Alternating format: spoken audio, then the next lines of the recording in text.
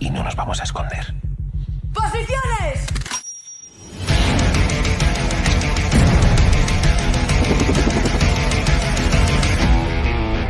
Eso es mirar la partísima, ¿no? Nunca se había tan tarde. स्वागत है दोस्तों एक नई वीडियो और एक नई एक्सप्लेनेशन के साथ। आज मैं एक्सप्लेन करने वाला हूँ मनी हाइस्ट सीजन 3 का एपिसोड नंबर 1।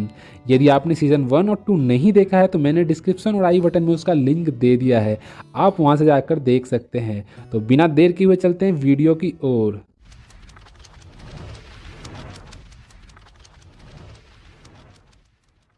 सीजन 3 की शुरुआत होती है आर्तुरो से।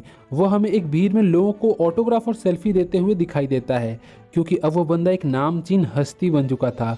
उसके इतना पॉपुलर होने का कारण वह चोरी थी, क्योंकि उस चोरी के दौरान उसने काफ़ी होस्टेजों को रॉयल मिंट ऑफ स्पेन से बाहर निकाला था। वह लोगों के बीच खड़े होकर अपनी तारीफों का पुल बांधना शुरू कर देता है। वह कहता है कि मैंने अपनी हिम्मत के बल पर उन मुट्ठीभर चोरों के सामने घुटने नहीं टेके और आज आप लोगों के सामने हीरो बनकर खड़ा हूँ। और प्रोफेसर और उसके आदमी अभी भी किसी बिल में दुबके पड़े हैं। मगर असल बात तो कुछ और ही होती है, क्योंकि प्रोफेसर के आदमी अपनी अपनी दुनिया खुलकर जी रहे होते हैं। जैसे कि रियो टोक्यो, पनामा के गुनियाना आइसलैंड पर मस्ती करते नजर आते हैं। हेलसिंकी और नैरोबी अर्जेंटीना में पार्टी कर रहे होते हैं। डेनविर और मोनिका अपने बच्चे के साथ इंडोनेशिया में होते हैं।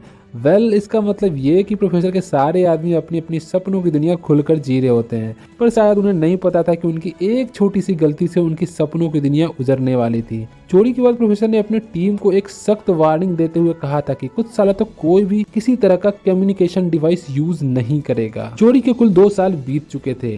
टोक्यो डिसाइड करती है कि वो इस आइलैंड की शांति से दूर शोर शराबे वाली दुनिया में जाना चाहती है।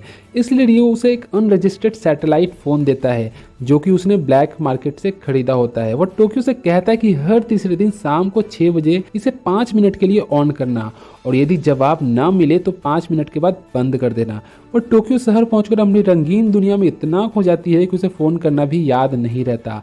इसलिए रियो सैटेलाइट फ़ोन को ऑन कर टोक्यो को कॉल करने की कोशिश करता है, और यही होती है इनकी गलती। 5 मिनट से ज़्यादा फ़ोन ऑन रहने के दौरान यूरोपोल वालों को उन दोनों का लोकेशन का पता चल जाता है, और पनामा पुलिस लोकेशन को ट्रेस करते हुए रियो को पकड़ लेते हैं। पर टोक्यो किसी तरह समय रहते वहां से भागने में कामयाब हो जाती है। तभी फिल्म के फ्लैशबैक में हम देखते हैं कि प्रोफेसर अपने टीम को कुछ बहुत ही इंपॉर्टेंट चीजें बता रहा होता है। वह कहता है कि हम बच तो गए हैं, पर अब आती है असली जरूरी चीज कि सर्वाइव कैसे करना है। इसलिए प्रोफेसर सभी को एक खास फाइल देता है। उसके अनुसार उस फाइल में सर्वाइव करने के सारे प्रोटोकॉल्स होते हैं, जैसे कि अगर कोई अकेले पड़ जाए तो उस फाइल के थ्रू प्रोफेसर से वो कनेक्ट हो सके। इसलिए टोक्यो उस क्रिटिकल सिचुएशन में प्रोफेसर को कॉल करती है और सारी बातें बताती है। फिर प्रोफेसर अपना ट्रांसपोर्टर भेजकर टोक्यो को अपने पास थाईलैंड बुलाता है। थाईलैंड पहुंचकर टोक्यो प्रोफेसर से पूछती है कि आखिर रियो जब पकड़ा गया तो यह खबर न्यूज चैनल पर क्यों नहीं दिखाया गया। फिर रकेल, जो कि प्रोफेसर के साथ ही रह रही होती है, कहती है कि उसे जरूर पुलिस टॉर्चर कर रही होगी, क्योंकि जब जुर्म बहुत बड़ा होता है तो दुनिया का हर आजाद देश पर्दे के पीछे ऐसा घटिया खेल तो खेलता ही है, और शायद कुछ ऐसा ही हो रहा था रियो के साथ।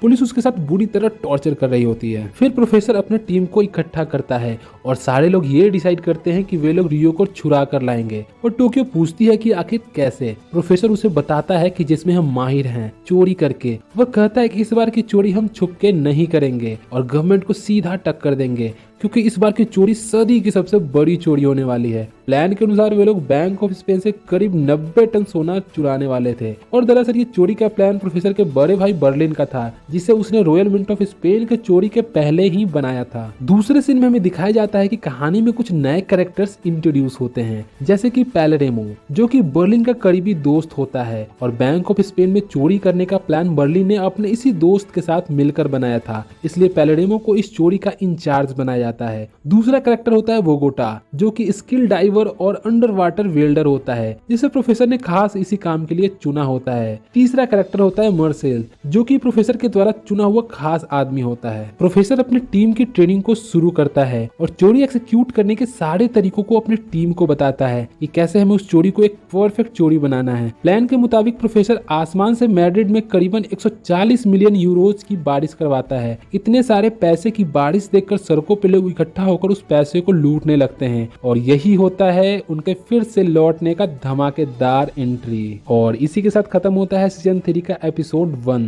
आगे प्रोफेसर की टीम आखिर किस तरह बैंक ऑफ स्पेन में घुसने में कामयाब होती है ये आपको अगले एपिसोड में जानने को मिलेगा। इसलिए यदि आपने मेरे चैनल को सब्सक्राइब नहीं किया है तो जल्दी से कर लेना, क्योंकि मैं आपके सामने जल्द ही बाकी एपिसोड की वीडियोस लाने वाला हूँ। यदि आपने मनी हाइस्ट का पहला और दूसरा सीजन नहीं देखा है तो मैंने उसका लिंक डिस्क्रिप्शन और आई बटन में दे दिया है, आप वहां से जाकर देख सकते हैं। वीडियो को लाइक करना और यदि कोई सजेशन हो तो कमेंट में जरूर बताना, ताकि मैं आपके सामने और बेहतर वीडियोस ला सकूं। तो मिलते हैं दोस्तों एक नई वीडियो और एक नई एक्सप्लेनेशन के साथ। Till then take care and bye bye.